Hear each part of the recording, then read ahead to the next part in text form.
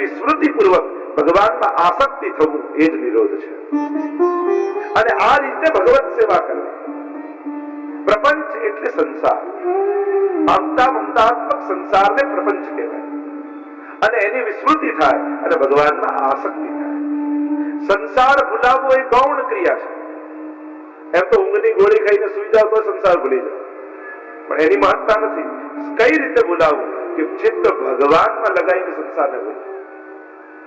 મન ભગવાનમાં લાગે, પ્રભુમાં આસક્તિ થાય, એ મુખ્ય ક્રિયા છે.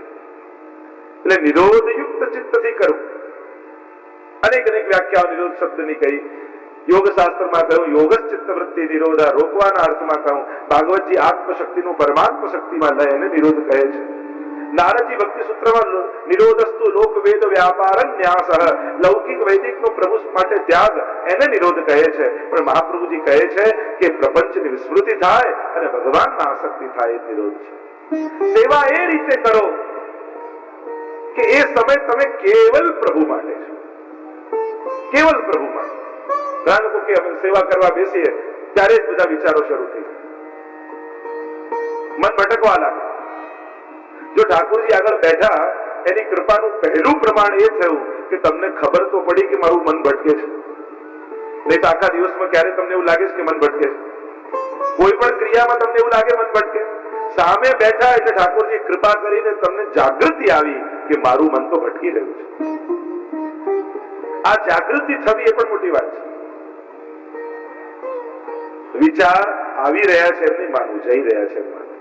એવું કરો, આ વિચાર પણ ગયો, આ વિચાર પણ ગયો. કોઈ પણ સેવા કરતા વિચાર આવે ને ત્યારે એમ વિચારવું કે આયો નહીં, ગયો. મનમાં જતો મારે, પણ ઠાકોરજીની આગળ બેઠો એટલે ખોટા વિચાર મનમાં રહી ન શકે, લૌકિક વિચાર મનમાં રહી ન શકે, એટલે એક એક વિચાર મને છોડીને જઈ રહ્યા છે. આંખમાં લગાડેલું કાજળ હોય, આંખને દેખાતું નથી, પણ આંખથી દૂર લઈ જાવ તો કાજળ દેખાય. એમ આ બધા જ વિચારો મનમાં જ હતા, પણ ઠાકોરજી આગળ બેઠા ને એટલે તમને છોડીને જવા લાગે, અને તમારાથી દૂર ગયા એટલે તમને દેખાય.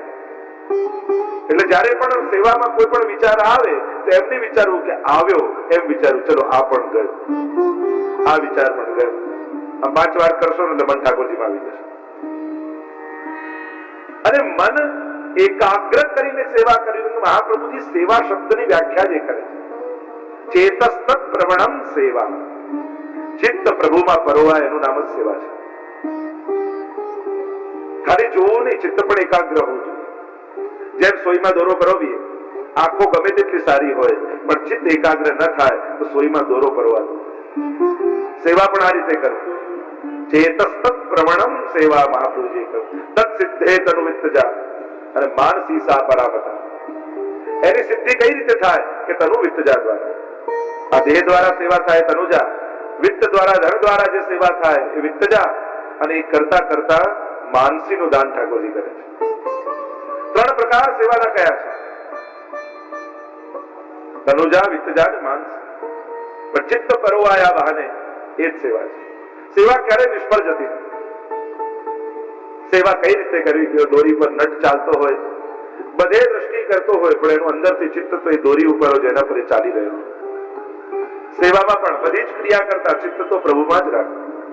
વાર્તા સાહિત્યમાં આપણે પ્રસંગ રાજા આસ્કરણદાસજી, કેવો ચિત્ત નિરોધ પ્રભુમાં થયો. યુદ્ધના મેદાનમાં પણ ઠાકોરજીની સેવા કરી રહ્યા છે. એક બાજુ યુદ્ધ ચાલી રહ્યું છે, ઘોડા પર યુદ્ધ લડી રહ્યા છે, અને મનથી માનસી સેવા ચાલી રહી છે. અને કઢીનો ડબરો ભોગ ધરવા ગયા ને ઘોડાને ઠેસ વાગી. કઢીનો ડબરો એમને એમ લાગ્યું કે ઢોળાયો, અને યુદ્ધના મેદાનમાં એમના કપડા કઢીવાળા થઈ ગયા. વિચાર કરો, યુદ્ધના મેદાનમાં એમના મનમાં સેવા ચાલે છે, અને આપણે તો સેવામાં બેઠા હોય તો એ મનમાં તમે કહો છો, મેં નથી કહ્યું, હું તો એવો સેવા જ ચાલે છે. ચેતસ્તત પ્રવણમ સેવા. ચિત્ત પ્રભુમાં પરવાય એનું નામ સેવા છે. પ્રસંગ આવે, બહુ નવી આવેલી ને શેઠજી અંદર સેવા કરતા હતા, અને સેવા કરતા કરતા વિચાર આવ્યો કે આ જોડા સીવા આપ્યા છે, નથી મોચી આપી નથી ગઈ. બારે ગુહારી કરતી હતી. એટલામાં કોઈ મહેમાન આવ્યું ને પૂછ્યું, શેઠજી ઘરમાં છે? વહુએ કહ્યું ના ના, એ તો મોચીની દુકાને જોડા લેવા ગયા છે. પેલા બૂમો પાડતા પાડતા બહાર આવ્યા, અરે સેવા બેઠો છું, તને ખબર છે? આવું કેમ કે છે? ક્ષમા કરજો, આ બેઠા ભલે ઠાકોરજીની સામે હતા, પણ મન તો મોચીની દુકાને જ ગયું. એમ આપણું મન ક્યાં ક્યાં ફરતું હોય. શરીરથી ભલે નિકટ ન હોય પણ મન પાસે હોય ને તો તમે ઠાકોરજીની પાસે જ. શિકાર કરતો હોય વ્યક્તિ પણ મન બહાર ગયું હોય, બહાર કોઈ મંદિરની બહાર બુહારી કરતો હોય પણ ઠાકોરજીમાં મન હોય, તે બહાર બુહારી કરતો વ્યક્તિ ઠાકોરજીની વધારે નજીક છે. આપણે આગળ પહોંચતા આપણને આવડે છે પણ નજીક પહોંચતા નથી આવડતું.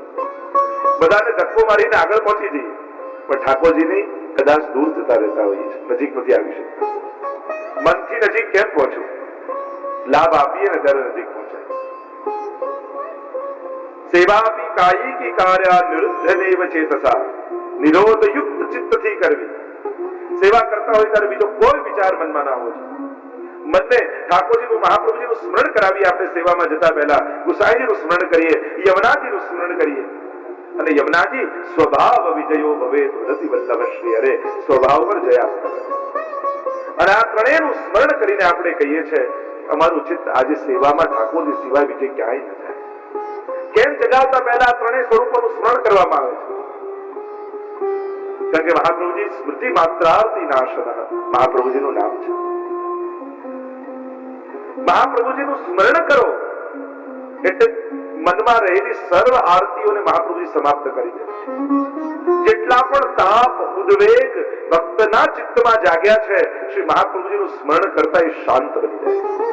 એટલે મહાપ્રભુજીનું સ્મરણ કરાય જગાવતા પહેલા, ગુસાઈજીનું સ્મરણ કરાય. કારણ કે જેને શ્રી વિઠ્ઠલનાથ વિચારે રે તેને પ્રગટ પદાર્થ ચાલે રે, તેને કાળ કર્મ ન બાંધે રે, યમતે શિર ધનુષ ન સાધે રે. શ્રી ગુસાઈજી તો કેવા છે? ચારે પદાર્થોને આપનારા છે. ધર્મ અર્થ કામ અને મોક્ષ.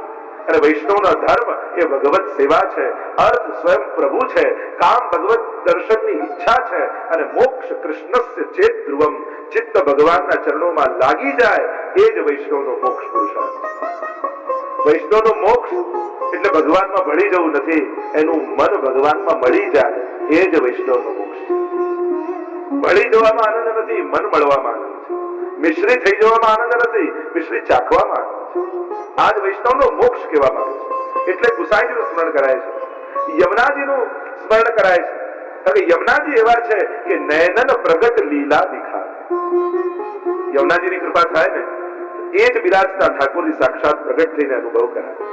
એ જ લીલાના પ્રગટ દર્શન આજ નેત્રોથી થાય એવા શ્રી યમુનાજી છે. સ્વભાવ પર વિજય આપનારા યમુનાજી છે.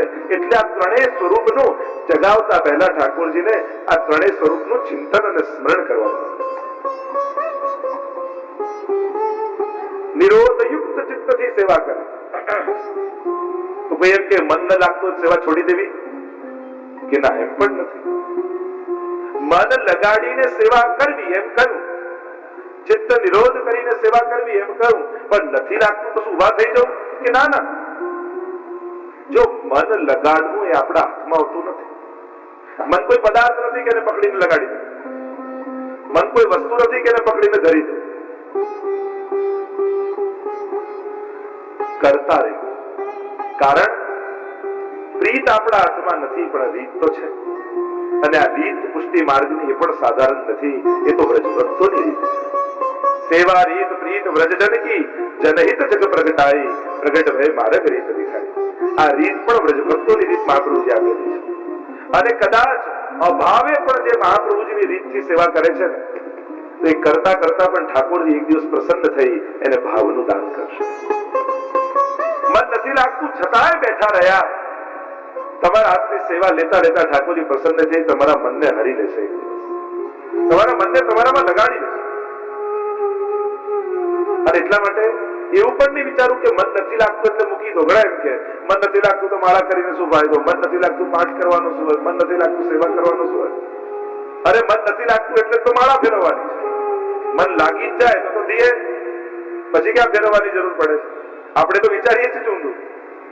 મન નથી લાગતું એટલે જ માળા કરવાની, કારણ કે માળા ફેરવવાથી મન ભગવાનમાં જાય.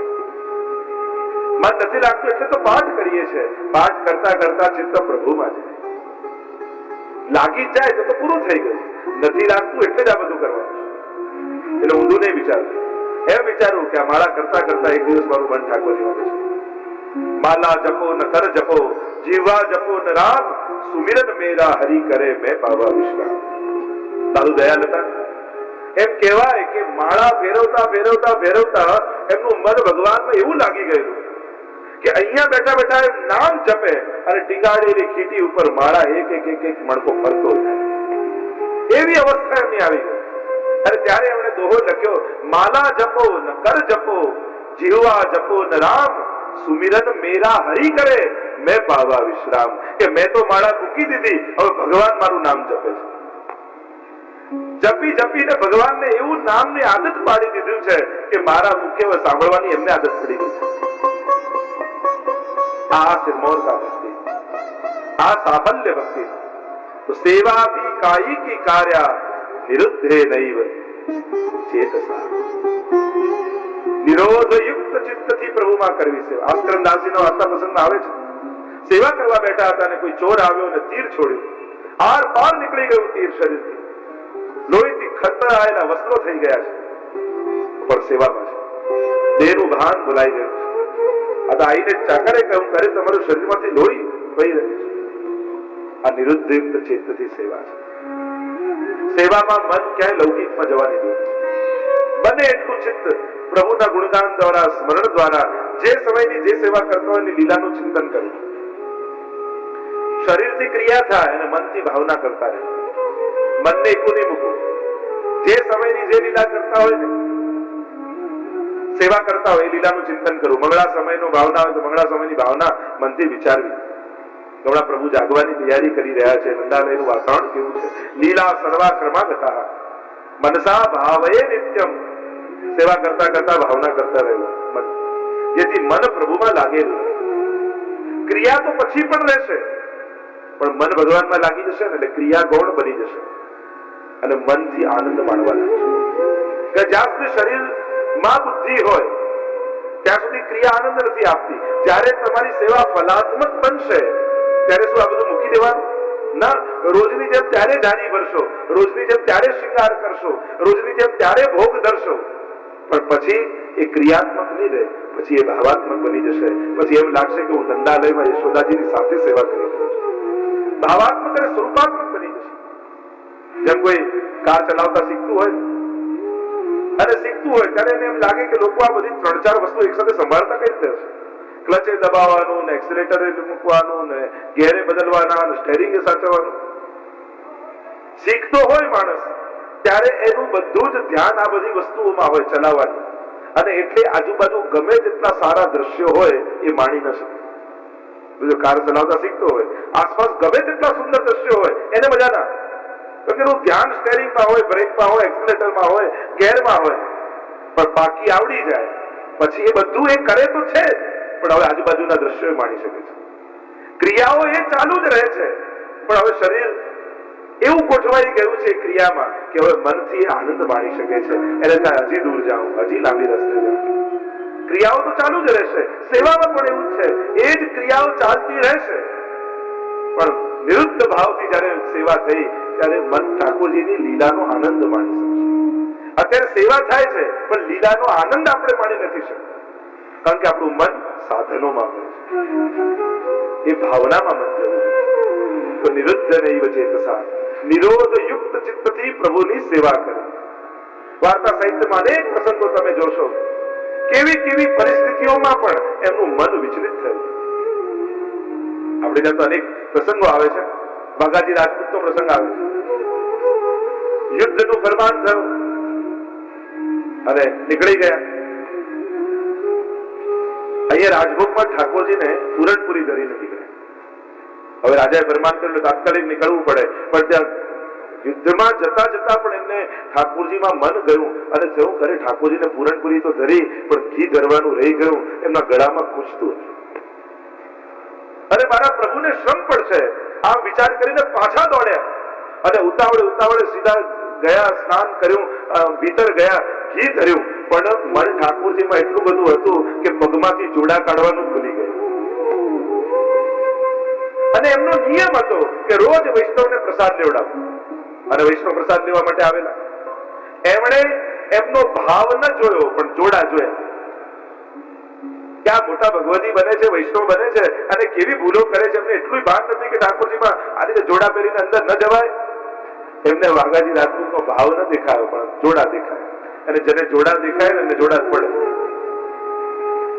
આને ત્યાં અમે પ્રસાદ નહીં લઈએ. અને વાઘાજી રાજપૂતનો એક સંકલ્પ કે વૈષ્ણવ પ્રસાદ ન લે તો હું પ્રસાદ ગ્રહણ ન કરું. રોજ વૈષ્ણવને પ્રસાદ લેવડાવીને પ્રસાદ લે. આપણે ત્યાં વૈષ્ણવતાનો વિવેક છે. પ્રભુને ધરી વૈષ્ણવને પ્રસાદ લેવડાવી, ગાયનો ગ્રાસ કાઢી અને પછી પ્રસાદ લેવાય. આ વિવેક હતો. અને એમનો સંકલ્પ, એમણે પણ ઉપવાસ કર્યા. ગુસાઈજીને ખબર પડી ત્યારે પેલા વૈષ્ણવને બોલાવ્યા અને કહ્યું, તમને જોડા દેખાયા પણ આમનો ભાવ ન દેખાયો. પ્રભુ સુખાર્થ એનું ચિત્ત ભલે યુદ્ધના મેદાનમાં જતા હતા, પણ મન તો ઠાકોરજીની સેવામાં જ. આ ભાવ નિરુદ્ધ નૈવ ચેતસા, નિરોધ યુક્ત ચિત્તથી પ્રભુની સેવા કરી, શુદ્ધ અંતઃકરણથી સેવા કરી. ચેતસ્તત પ્રવણમ સેવા તત સંસાર દુઃખસ્ય નિવૃત્તિ બ્રહ્મબોધનમ. મહાપ્રભુજી કહે એનાથી શું થશે? એનાથી મહાપ્રભુજી કહે છે સંસારના સમસ્ત દુઃખોની નિવૃત્તિ થઈ જશે અને બ્રહ્મનું બોધન થશે, પ્રભુના સ્વરૂપનું જ્ઞાન. તમને એમ થાય કે કમને સેવા કરી હોય, કારણ કે આપણું મન રોજ એક સરખું રહેતું નથી. ચંચલ છે, ચંચલમ હિ મન કૃષ્ણ પ્રમાથી બલવત દૃઢમ तस्याहम निग्रह मन्ये वायुरीव सुदुष्करम. भगवत गीता में भी भगवान कहते हैं, अर्जुन કહે છે કે પ્રભુ આ મન એવું ચંચલ છે, પવન જેવું છે, પવનને કોઈ પકડી નથી શકતું. એમ આ મનને પકડવું બહુ અઘરું છે. આપણું મન પણ એવું છે, રોજ મન એક સરખું રહેતું નથી. ક્યારેક તો એવો આનંદ હોય કે જાણે આજે શું કરું ઠાકોરજી માટે, અને ક્યારેક એવી ઉદાસીનતા હોય કે અરે ક્યાં પધરાવી દીધા પ્રભુ, રોજ જગાવવા પડશે, ભોગ કરવા પડશે, એવી ઉદાસીનતા. આ મનનો ભરોસો થોડી છે. અને એટલે જ સેવા ઈચ્છા પ્રમાણે નહીં, આજ્ઞા પ્રમાણે કરી. તમે ઈચ્છા પ્રમાણે કરશો તો આ મનનો શું ભરોસો? આજે ઈચ્છા થઈ કાલે ના થાય. મન તો એવું જ છે, ભટક્યા જ કરે, દોડ્યા જ કરે. તમને અહીંયા એમ મન કરે કે વ્રજમાં ચાલ, વ્રજમાં ચાલ, વ્રજમાં ચાલ, અને જ્યાં જાઓ તો પોતે ઘરે આવી જાય. મનનો તો સ્વભાવ જ એવો છે. તો ઈચ્છા પ્રમાણે નહીં, આજ્ઞા પ્રમાણે સેવા કરે. આજ્ઞા પોતાની ભાવનાની વેલને આજ્ઞાની લાકડીમાં બાંધી રાખે, જેથી ભાવનાનો વિકાસ થાય. પણ ઈચ્છાની સાથે બાંધશો ને તો એ વેળ મુરઝાઈ જશે તમારી ભાવ. કારણ કે ઈચ્છાનો કોઈ ભરોસો નથી, આજે થયું ને કાલે ના થાય. પણ મને વલ્લભની આજ્ઞા છે, ગુરુજનની આજ્ઞા છે, તારે સેવા કરવાની છે, તારે આ ભોગ ધરવાનો છે. આપણે આજ્ઞા લેવા જઈએ છીએ દરેક વસ્તુ, અને આજ્ઞાના ટેકે આપણા ભાવનાની વેલને બાંધી રાખીએ છીએ, જેથી એનો વિકાસ થઈ શકે. સેવા કૃતેર ગુરુર આજ્ઞા બાદણમ બાહરિચ્છયા. એટલે જ કહ્યું ગુરુની આજ્ઞા લઈને સેવા કરવી. એટલે સેવાનો અર્થ એમ કરી શકાય કે ગુરુની આજ્ઞા એ જ સેવા છે. એટલે જ આજ્ઞાનું છે. આ ભોગ ધરવો છે તો આજ્ઞા લો, આ ભોગ ધરવો છે તો આજ્ઞા લો. કારણ કે પોતાની ઈચ્છા પ્રમાણે જઈએ તો કાલે થાય, પરદેશે ન ઈચ્છા થાય. પણ આજ્ઞા લઈએ એટલે ઠાકોરજીને નિરંતર સેવા કરે. અને એટલા માટે સન્મુખ બેસવું, કોશિશ કરવી કે મન ઠાકોરજી માને. અડધો કલાક જેટલા સમય તમે સેવા કરતા હોય, એક નિયમ લો કે સમયે મૌન નહીં લઉં, લૌકિક વાત નહીં કરું. બને તો મૌન ધારણ કરીને સેવા કરો, કારણ કે બોલવાથી પણ લૌકિક વધે છે. એટલો સમય આપણે એવી વ્યવસ્થા ઉભી કરીએ કે એવા સમય બને તો કોઈ લૌકિક મન ન કરી દે આપણું, એની સાવધાની રાખીએ. નથી રહેવાતું તો જરૂર પૂરતું બોલીએ, બને તો લૌકિક વાત ઓછી કરીએ એવો પ્રયાસ કરો સેવા સમય, જેથી ચિત્ત પ્રભુમાં લાગેલું, નિરુદ્ધ નૈવ ચેતસા, મને પ્રભુની સેવામાં જોડાયેલું. સેવા કરે નિષ્ફળ તો નથી જવાની, ભલે મન નથી લાગતું તો એ નિષ્ફળ નથી જતું. તમે કોઈ નોકરીમાં બેઠો હોય કરવા માટે, એ દિવસે નોકરીમાં મન ન હોય, છતાંય મહિનાના એન્ડમાં પગાર તો મળે જ છે. આ સેવા નિષ્ફળ તો નથી જવાની. પ્રભુની સન્મુખતા ક્યારેય નિરર્થક નથી જતી. ભગવત સેવા એ પોતે ફલરૂપ છે. આ મન મારું ક્યાંય ભટકે, ચકૈરી જલ ચરણ સરોવર જહાજ जैसे जहाज को पंछी उड़ जहाज पे आवे. रसखान जी ना शब्दों में कहूं तो मानो गुड़ की मक्खियां. रसखान जी हमारे कहते हैं कि मन कैसा हो, गुड़ की मक्खी जैसा. गोल નો ટીપો હોય, તેલી હોય, અને એની ઉપરની માખી જોઈ છે, ગમે તેટલી ઉડાડો તો પાછી ઉડી ઉડી પાછી ગોળ પર જાય, ગોળ ઉપર મરી જાય પણ ગોળને છોડીને જાય, ગમે તેટલી તમે એને ઉડાડવાની કોશિશ કરો. વૈષ્ણવ કા મન भी ऐसा होना चाहिए. ગમે તેટલા લોકો પ્રયાસ કરે ઠાકોરજીથી દૂર ઉડાડવા માટે, પણ મન પાછું ઉડી ઉડીને ઠાકોરજીના ચરણોમાં આવી જાય. એ મનનો આશ્રય સ્થાન એ પ્રભુના ચરણારવિંદ બની જાય. ચેતસ્તમ પ્રવણમ સેવા, ચિત્ત પ્રભુમાં પરોવાવું એનું નામ જ સેવા. રાગ દ્વારા, ભોગ દ્વારા, શ્રૃંગાર દ્વારા, કોઈ પણ પ્રકારે ચિત્ત મન એમાં મન ક્યાંક આસક્ત છે એટલે ધરી જાય. ધનમાં મન છે, ધન લગાવો પ્રભુમાં, આપમેળે મન ઠાકોરજીમાં. દેહમાં આસક્તિ છે, દેહ લગાવો પ્રભુમાં, દેહના માધ્યમથી ઠાકોરજીમાં મન જશે. અને એટલે જે તનુજા વિદ્યા છે, કે આ બંનેમાં મન માણસનું બંનેમાં રહેલું છે, અને આ બંને જયારે સમર્પિત કરો તો આ બંનેના માધ્યમથી ઠાકોરજીમાં મન જશે.